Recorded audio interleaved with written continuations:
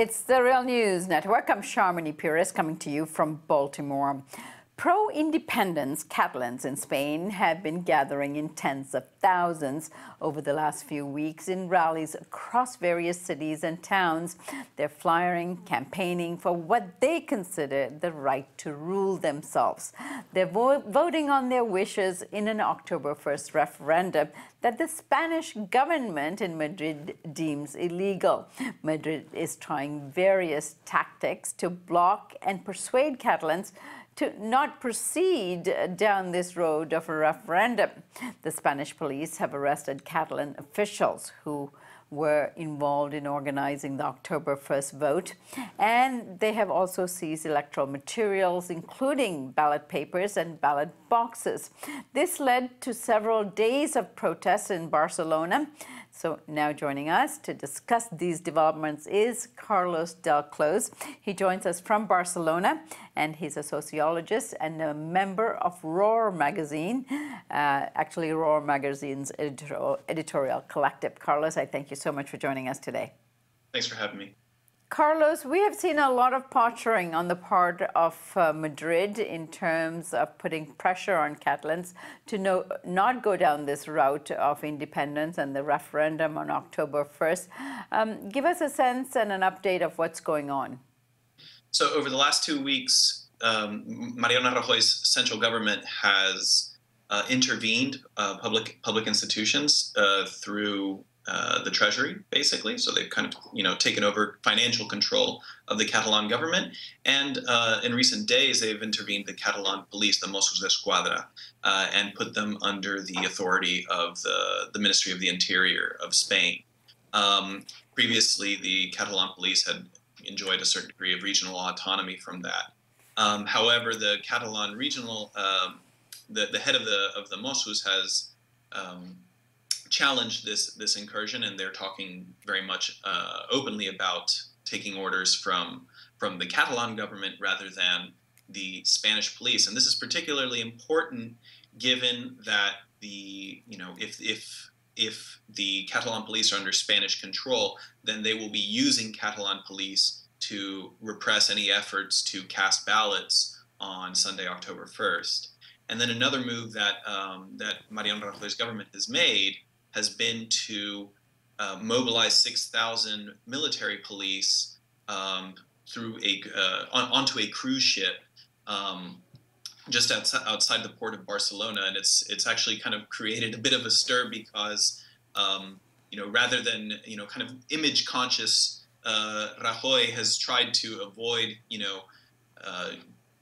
kind of aestheticizing this too much as a military intervention. So he put these military police on a cruise ship with Looney Tunes characters painted on them, which has been the subject of a lot of fun memes and certain criticism of the absurdity of it all on social media and in Catalan society.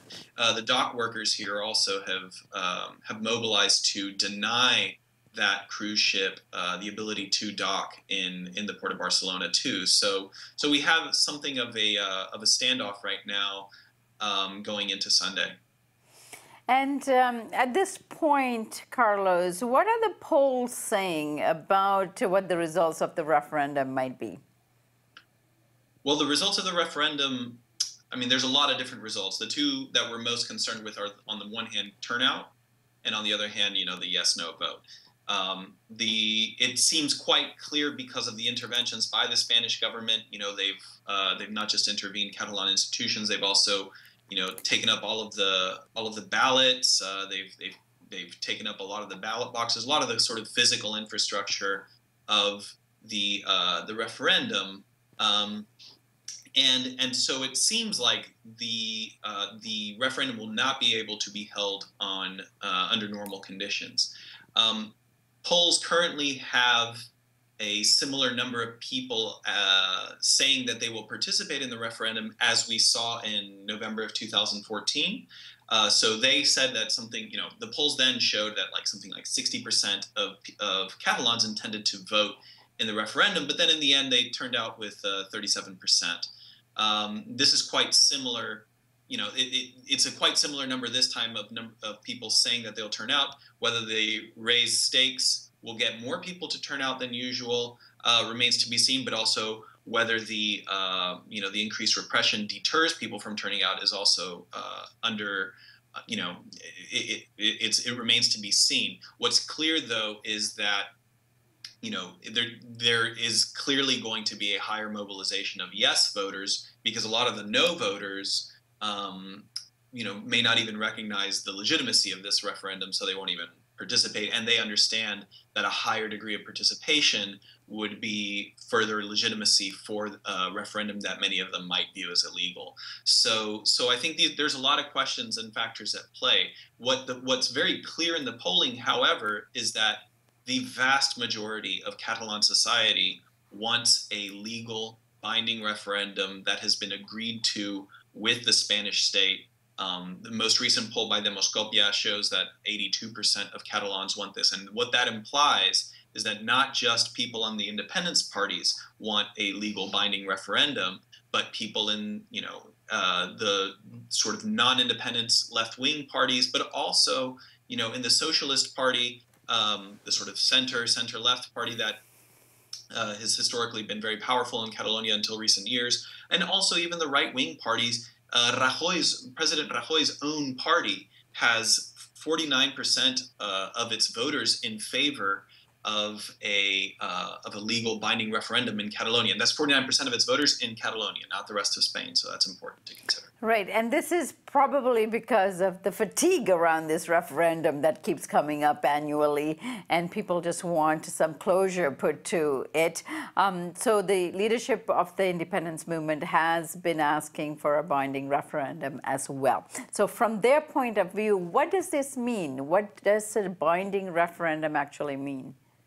Well, it means that it's recognized by, first, that it's recognized legally by the Catalan parliament, which this one, it's unclear whether it is. I mean, the Catalan parliament and the government passed it, but their own legal services said that it was in violation of Catalan law. But in the case of what we're talking about now, the referendum that most people would support in Catalonia would be recognized as legal by the central government in Madrid as well.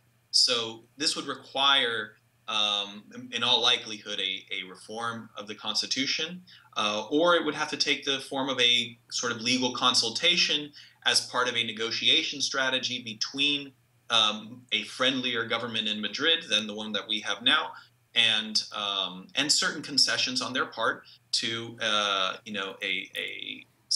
more sovereignty favoring majority in Catalonia. Carlos, so as you've already indicated, there are various mechanisms being used by Madrid to intervene in this process. Is there any indication that there would be any military force or police force used to stop this referendum from happening? Well, the fact that Spain has a cruise ship with military police on board seems to suggest that they're at least threatening to use military force. I don't think that they're going to try this. I think that they would rather use police, first off, but they will use force. I think it's not unlikely for that they would try it. It would be a disastrous strategy, though, and it seems quite clear that such an intervention would not only be very unpopular in Catalonia. It would hopefully be unpopular in the rest of Spain, and I think it would get a lot of pressure from international observers and different countries. It's just a bad look to put police in front of ballot boxes in a country, and it's certainly in a country that not even a half century has passed since it was a dictatorship. It's not a good look to be putting riot police in front of the ballot boxes. And the sheer size of the movement, I think, is and the degree of the response that they've shown in recent weeks is enough to suggest, I think, that it would not be very wise on the part of the Spanish police to try to use force to quell it. Right. And one final question. Now, the Catalans seems to be rather split on the desire for this kind of independence, although they're all saying that they want the matter settled and they want something binding, yay or nay. However, is there a middle ground here? Is there a way in which to carve out the status of independence in a way that is sort of like Quebec, for example, acts as a fairly independent province in Canada and governs themselves largely, and yet is a part of a federated provincial government in Ottawa? Is there any of this sort of a model being discussed? Well, I think there's these models are very much being discussed by political theorists here and even by different political parties. But we don't even have to look that far beyond Spain's borders to find an example. I mean, the Basque region has a great amount of fiscal autonomy that I think a lot of Catalans would have accepted years ago. But I don't know whether Rajoy's strategy in recent years has pushed Catalans beyond this point. Now, I do think that support for independence hasn't risen beyond its levels 2-3 years ago, but it has risen since its levels 7 years ago. And Rajoy's approach may be producing more and more subsequent generations of independentists. So there's definitely an interest in finding an agreement that pleases most of society sooner rather than later.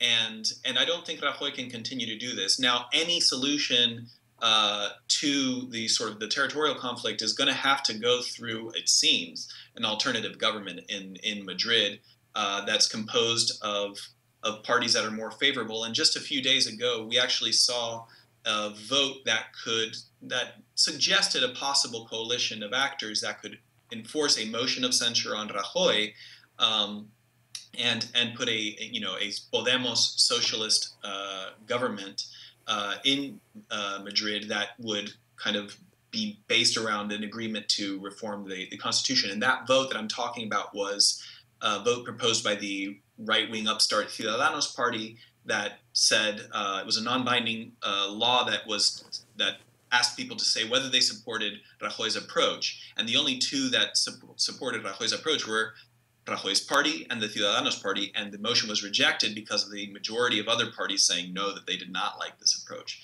So that was kind of a hint of a possible coalition in the future that could get a new government elected in Madrid and maybe find a little bit of wiggle room between the different factions that have polarized this debate so far. All right, Carlos, I thank you so much for joining us, and we'll look for you on, I guess it's Monday, October 2nd. Thank you so much. Thank you.